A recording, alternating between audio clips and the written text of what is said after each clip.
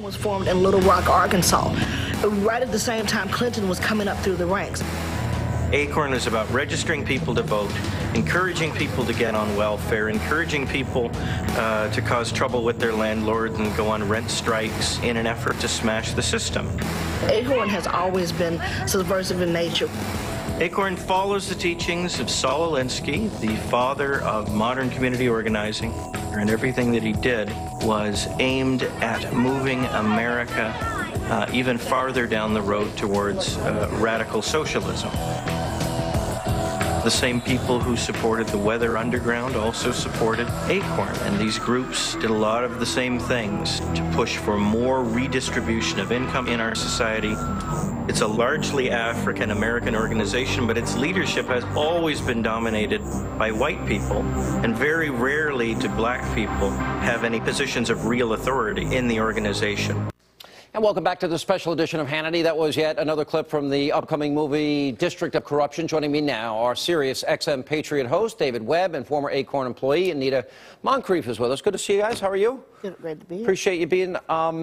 You took a lot of heat when you came out about ACORN and said some things. Yes. What's the status of that?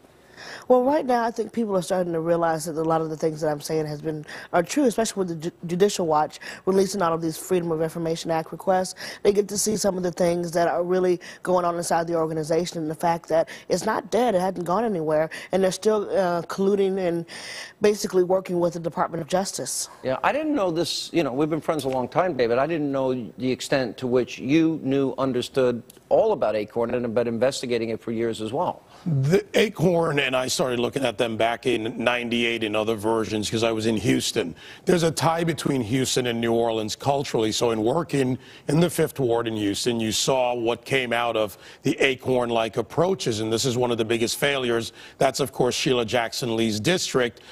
This started back in '75, really. Henry Royce Act, that gave the key line for the CRA, the Community Reinvestment Act. It was introduced, it was passed. The legacy of Carter and the extreme far left agenda, which was to push this equal outcome, has led to this. For those that don't, the Community Reinvestment Act basically allowed people that couldn't afford homes, it put pressures, banks, and lending institutions to lower their standards under the belief that every American had the right to a home, whether or not they'd ever be able to pay back the mortgage or not. Right, and this ties to the actions of not only this president, but those in his administration. Take over the banks, take over in the... Go in and advocate and put pressure through ACORN-like tactics and get the banks to lend to people who couldn't afford it. Make the connection to Alinsky, to Obama, to redistribution. In other words, his belief system, this is the foundation of who he is. Absolutely. Look at the Alinsky-like tactic. What you do is you put pressure on the institutions. Targeted, isolated. Right. Then you have the legislators who back it up by insuring the loans. They have Freddie Mac that writes it. Fannie goes to this, we'll pay, don't worry, we'll back you up. Yeah. And you get taxpayer dollars being used. In this president, redistribution. The Warren courts didn't go far enough. His belief in reparations, and there's this black radicalism, which was applied only to acquire power, never to really help those people. Slums in Chicago that are still slums. What has he really achieved? Sean, I always go to this. What's been the return on investment? Nothing. For all of these communities? Is that, I mean, is this the foundation of who Obama is and this background? Yes. Well, everything that ACORN did working with the CRA and giving away the bad loans, they used no-doc loans, they used under-the-table income, they used food stamps. They were setting the stage for... Food stamps to buy a home? Yes, as income. Food stamps to buy a home? Yes. If it counted as income, they would find a way to put it in. It's about lowering the bar. Join the program. If you lower the bar in anything, then anybody can get in, and that's where the massive fraud starts occurring. What about, remember the ACORN videos? Yes. What does that tell us about ACORN as an organization? There was a culture and climate of corruption. A lot of times when people came in, they were young and idealistic, but the longer you stayed there, you got to see everything that was going on, and people began to look the other way for the greater good. And what that led to was corruption at every level from the top down. And the corruption being?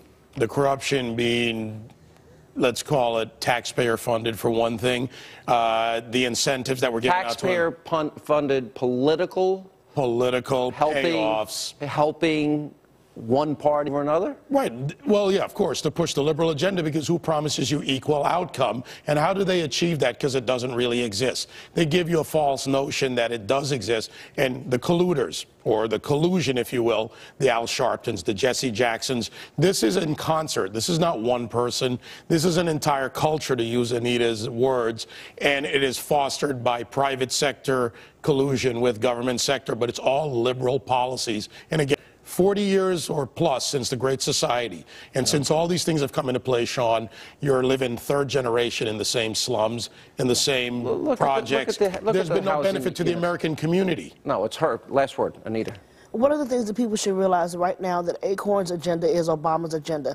They haven't gone anywhere, and Obama is pushing ACORN's agenda right now through the White House. Both for this incredible expose and your hard work.